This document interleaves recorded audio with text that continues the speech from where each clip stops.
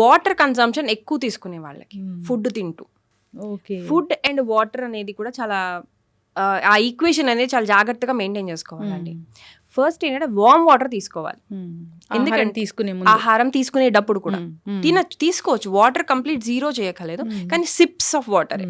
మీరు ఎక్కువ quantity of water తీసుకోకూడదు, కానీ ఆ డైజెస్టివ్ ఫైర్ని ఎక్స్టింగ్విష్ చేసేటట్టు ఉండకూడదు. మనం ఇప్పుడు ఫుడ్ కూర్చోగానే మనం వాటర్ తాగేసాం అనుకోండి, ఎస్పెషల్లీ కొంచెం రూమ్ టెంపరేచర్ కన్నా మోర్ కోల్డ్ వాటర్ తీసుకోగానే వెంటనే మనకి ఏంటంటే అగ్ని మందం అయిపోతుంది. ఆ తర్వాత మనం తినే ఏ ఫుడ్ అయినా సరే పూర్తిగా అరగదు. అదే కనుక మనం వార్మ్ వాటర్ పెట్టుకుని సిప్ బై సిప్ మనం తీసుకుంటూ వెళ్తే మనకి ఈ ప్రాబ్లం రాదు. జనరల్గా బెల్లీ ఫ్యాట్ వచ్చినప్పుడు ఈ ప్రాబ్లం ఫస్ట్ వస్తుంది. వాళ్ళు మీరు అబ్జర్వ్ చేస్తే వాటర్ ఎక్కువ తీసుకుంటారు, బిఫోర్ ఫుడ్ ఎక్కువ తీసుకుంటారు. సో వాటర్ అనేది వార్మ్ వాటర్ అవ్వాలి, కోల్డ్ వాటర్ అసలు కాకూడదు.